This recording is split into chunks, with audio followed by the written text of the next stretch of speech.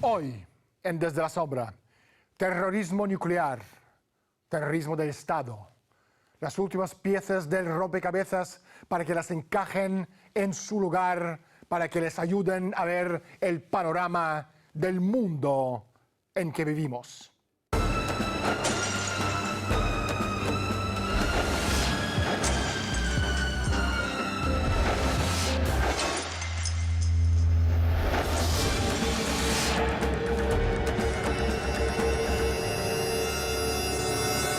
Este capítulo trata de armas de destrucción masiva, armas atómicas, armas nucleares, mini bombas nucleares. ¿Sorprendidos? Ha habido muchos ataques nucleares a lo largo de los años disfrazados de coches bomba y de terrorismo islámico. Empezando por Beirut, Líbano, en 1983. En los cuarteles de los marines estadounidenses y de los paracaidistas franceses. En la embajada egipcia en Islamabad, Pakistán, en 1995.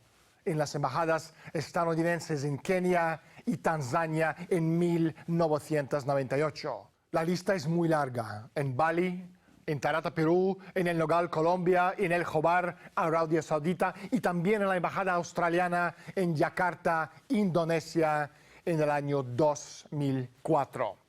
Hoy, en Desde la Sombra, hablaremos con Dmitry Halazov, un antiguo oficial de la unidad militar nuclear, conocida también como el Servicio de Control Especial del 12º Departamento del Ministerio de Defensa de la antigua Unión Soviética. Pero primero, salgamos a la calle y preguntemos a la gente su opinión sobre las armas de destrucción masiva. Una bomba convencional es algo que cualquiera puede hacer, con los ingredientes que se pueden comprar en una tienda. Para la otra hay que tener una base científica para saber cómo hacerla al menos. Si no, se te explotará. La diferencia entre una bomba convencional y una bomba nuclear: la nuclear necesita diversos ingredientes como plutonio y uranio enriquecidos. En las bombas caseras, al contrario que en las bombas nucleares, hay un montón de componentes que encuentran en almacenes y tiendas así. Dmitry, ¿cuál es la diferencia entre un atentado convencional y una explosión nuclear? Desde el punto de vista físico, una explosión nuclear es la radiación instantánea de una energía enorme. Pero en términos prácticos, comparada con una explosión convencional, hay algunas diferencias. La parte más importante y peligrosa es la radiación térmica. Una explosión ordinaria no produce fuego. La explosión extingue el fuego. Por el contrario, la explosión nuclear quema a la gente, quema todo a su alrededor, esparce el fuego debido a la radiación térmica.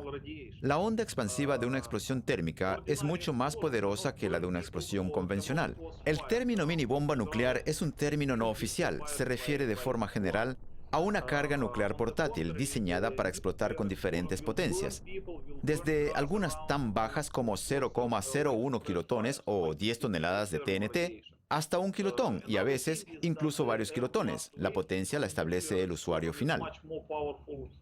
La potencia de las bombas atómicas se miden en kilotones, cada uno de ellos equivalente a 1000 toneladas de TNT. Las armas de fisión, como los reactores atómicos, sacan provecho de las propiedades físicas de ciertos isótopos de los elementos radiactivos como el uranio 235. Estos isótopos pueden producir una reacción en cadena que en una bomba desemboca en una explosión enormemente potente y en radioactividad, la lluvia radiactiva local que la sigue. Tan solo son válidos los isótopos poco comunes y altamente radiactivos de elementos como el uranio o el plutonio. La gran cantidad de energía que se libera en la separación de átomos proviene de la enorme fuerza de enlace que se requiere para mantener a los protones y a los neutrones unidos en sus núcleos. Dmitry Halazov ha declarado públicamente que muchos de los llamados coches bomba son en realidad mini o micro explosiones nucleares. Dmitry, ¿cuáles son los signos que nos explican que se trata de una bomba nuclear? Cuando hablamos de los explosivos convencionales, coches bomba, nunca queda un cráter. Las leyes básicas de la física demuestran que los gases provenientes del estallido tienen la extraña costumbre de expandirse solo en las direcciones con menor resistencia. De ese modo, como resultado de la detonación, el suelo bajo el coche no se convertiría en ningún tipo de agujero, ni grande ni pequeño, únicamente un artefacto explosivo enterrado, al menos de forma superficial, podría crear un cráter. Cuando los terroristas utilizan pequeños explosivos nucleares, estos no estallan en la superficie. Usualmente los esconden en un alcantarillado para minimizar los efectos físicos de la explosión nuclear. En el caso de una serie de mini explosiones, obviamente debe dejar un cráter, que puede ser bastante grande, con un ancho considerable, de cerca de 20 metros, y una profundidad de 10 metros o algo así, dependiendo de la composición del suelo, si es blando o duro, si tiene arena o roca. El problema de un artefacto nuclear es que no solo mata debido a la explosión en sí, sino también por al menos 3 factores destructivos más, razón que lo eleva a la categoría de arma de destrucción masiva. Mata, además de por la propia explosión, por su tremenda onda expansiva representada por un frente de aire duro con una sobrepresión extrema que viaja a velocidad supersónica, y también por su radiación penetrante que está formada por rayos gamma y neutrones de alta energía, y por fin por su calor irradiado, es decir, por su radiación en espectros visibles, ultravioletas e infrarrojos. Imaginemos a un riquísimo terrorista en una cueva de 5 estrellas de Afganistán.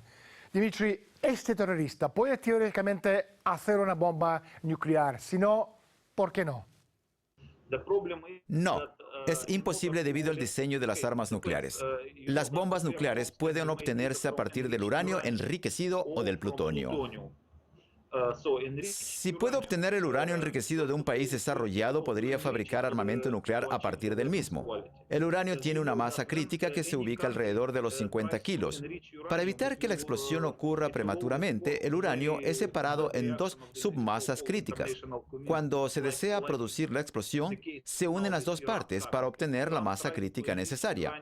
Y así, el siguiente paso es la explosión nuclear. Entonces, cuando se intenta unir las 2 partes del uranio, tiene que moverlas a una velocidad muy alta. Si las acerca lentamente, simplemente se evaporan. El uranio tiene lo que se llama un escudo de neutrones alrededor de sí mismo, porque los neutrones en su interior siempre intentan escapar a la superficie.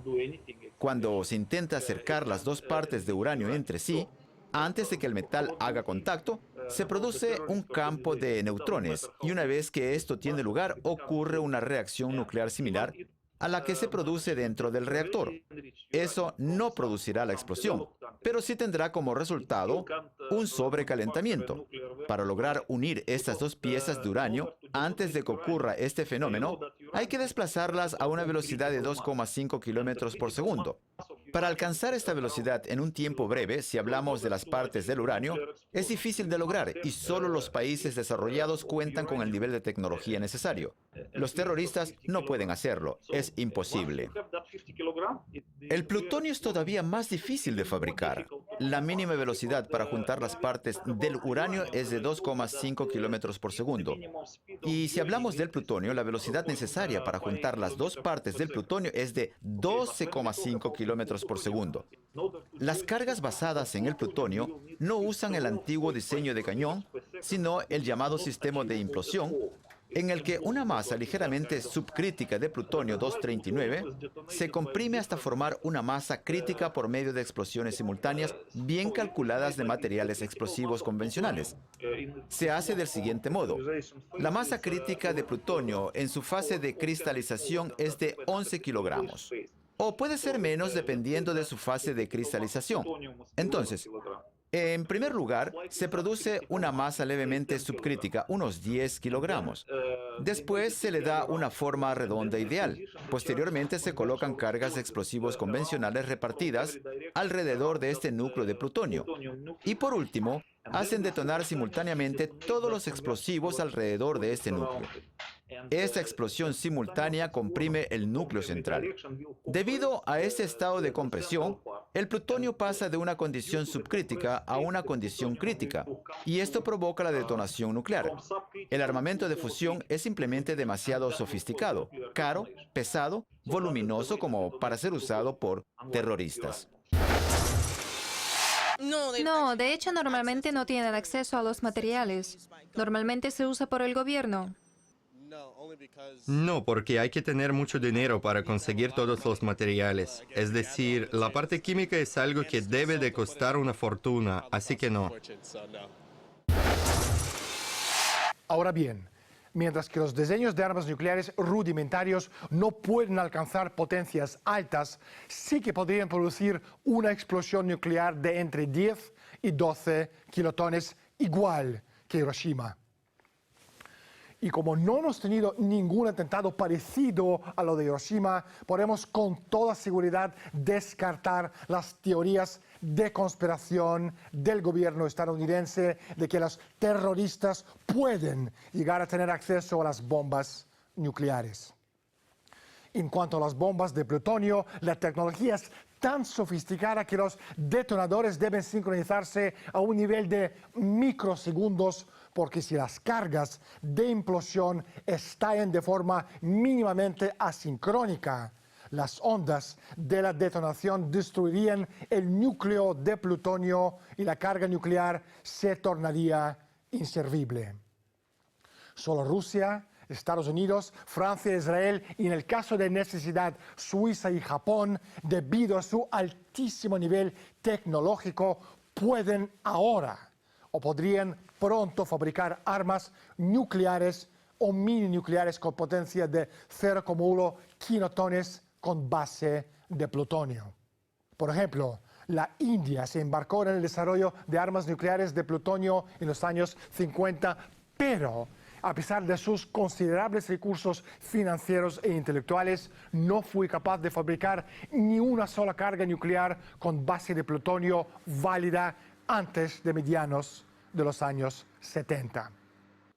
Aún hoy, más de 35 años después de su primera prueba nuclear con éxito, los indios son incapaces de fabricar mini bombas nucleares, tan solo dominan las cabezas nucleares de tamaño utilizado para misiles balísticos.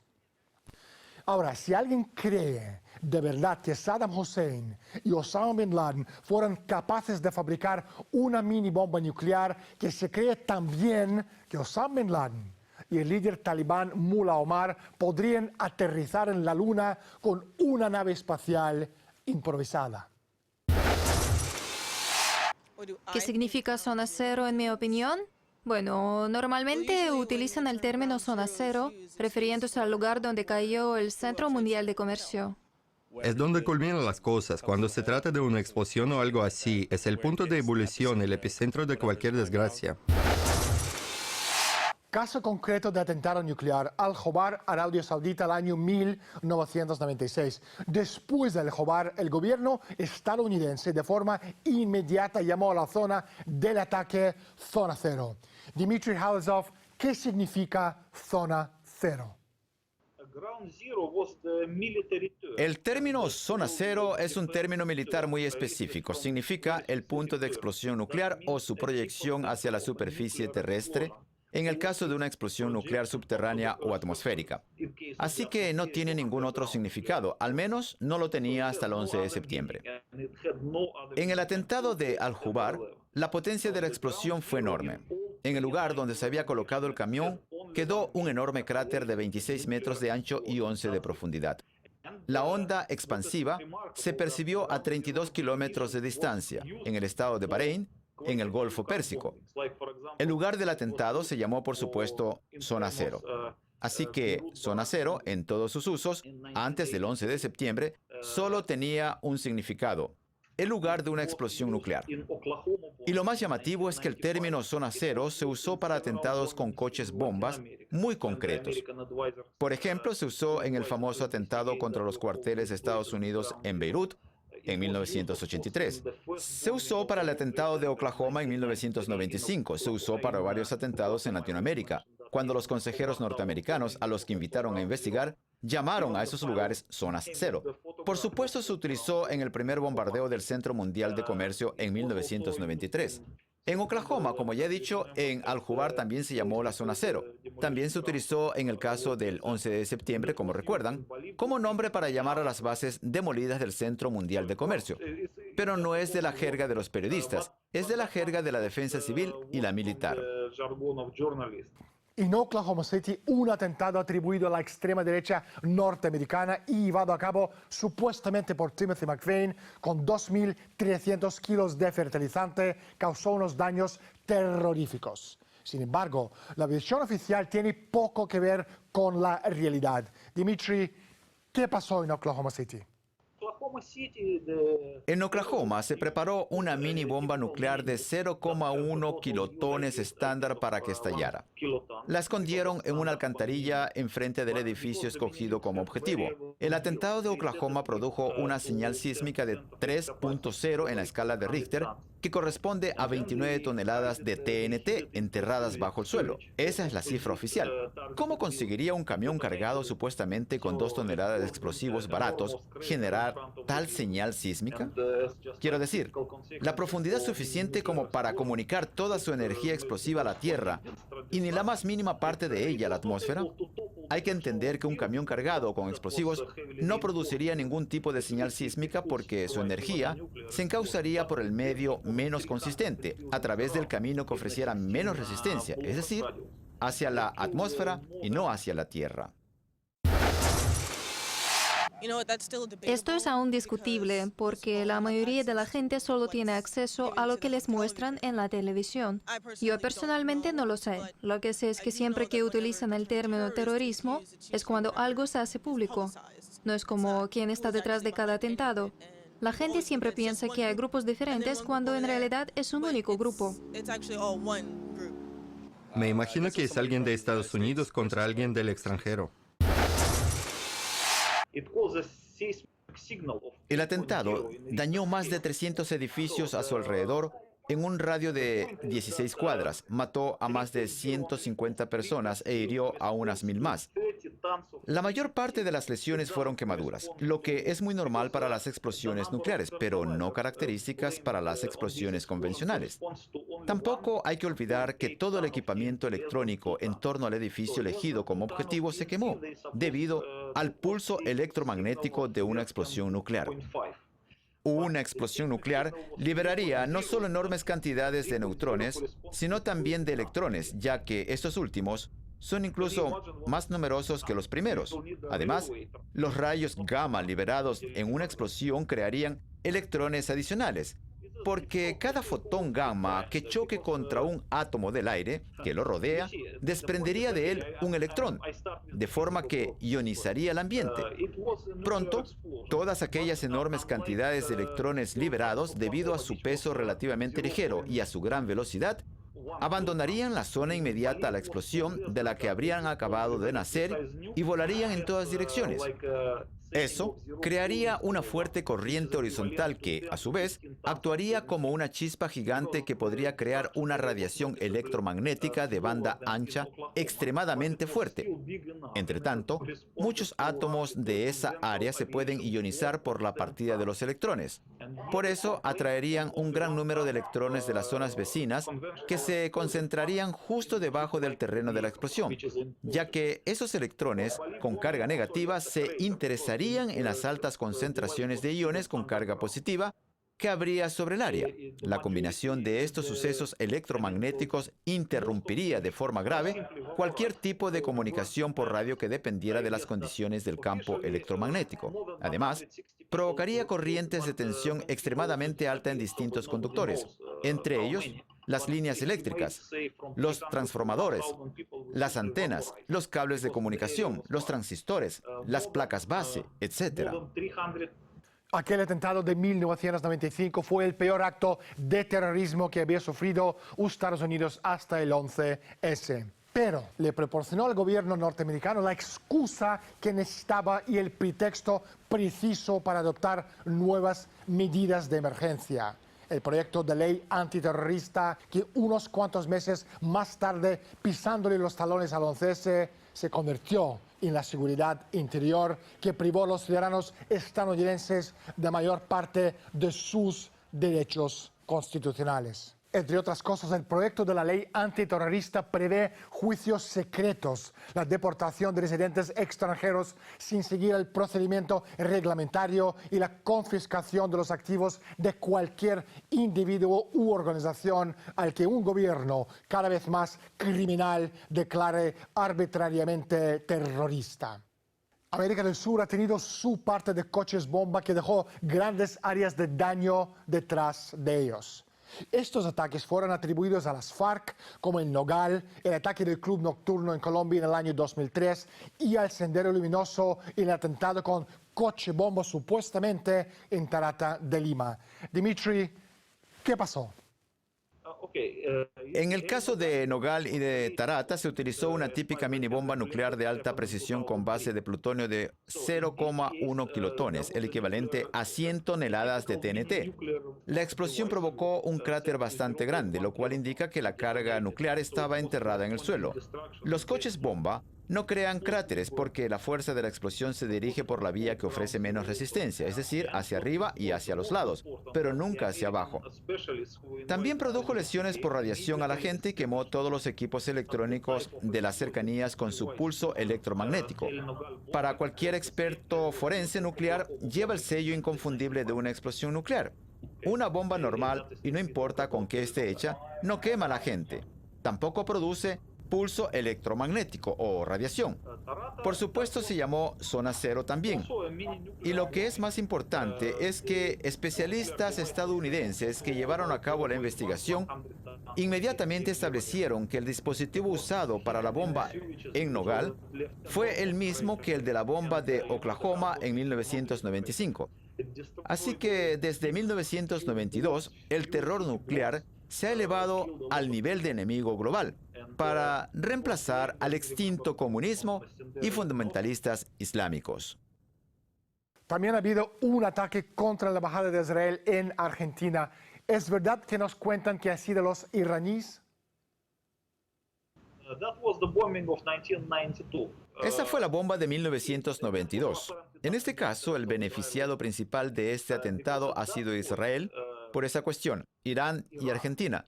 ¿Recuerda que Argentina entonces tenía aspiraciones nucleares? Ahora no, pero en aquellos días incluso estaba planeando desarrollar armas nucleares, y no solo armas, sino un programa nuclear. Incluso se hablaba de reactores.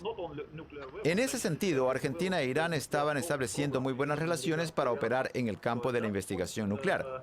No era cooperación en el área de armas nucleares, sino reactores, pero era cooperación nuclear. Por supuesto, Israel no estaba contento con eso porque trataban a Irán como a un enemigo, así que no podían permitir que Irán tuviera tecnología nuclear. Así que estaban impacientes por interrumpir la promesa de cooperación entre Argentina e Irán en el terreno nuclear. Así que en la embajada de Israel hubo una explosión en medio de la sede, no afuera, sino ahí mismo, adentro.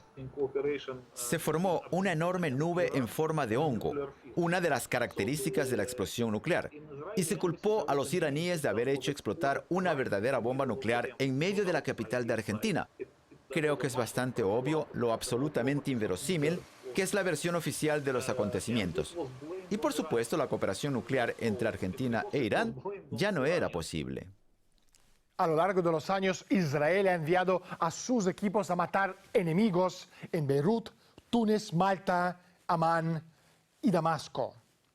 Sin embargo, la Comisión de las Naciones Unidas ni siquiera se molestó en considerar al culpable más probable de los atentados de Buenos Aires, el Mossad, como uno de los perpetradores potenciales. Se excluyó por deferencia al mini Estado de Israel y a sus destacados servicios secretos. Dimitri, no hay tiempo para más. Muchísimas gracias por estar con nosotros. Gracias a usted. Se trata de un terrorismo que cada vez tiene un rostro menos definido, que no cuenta ni con un credo ideológico ni con un objetivo político. Se trata de un terrorismo cuyas motivaciones son el poder y la avaricia. El terrorismo nuclear contra amigos y enemigos por igual, contra cualquiera que no se muestre dispuesto a atacar la línea imaginaria que separa el mundo del mal y el reino de los muertos. Lo que hemos contado hoy sorprenderá poco a la élite mundial.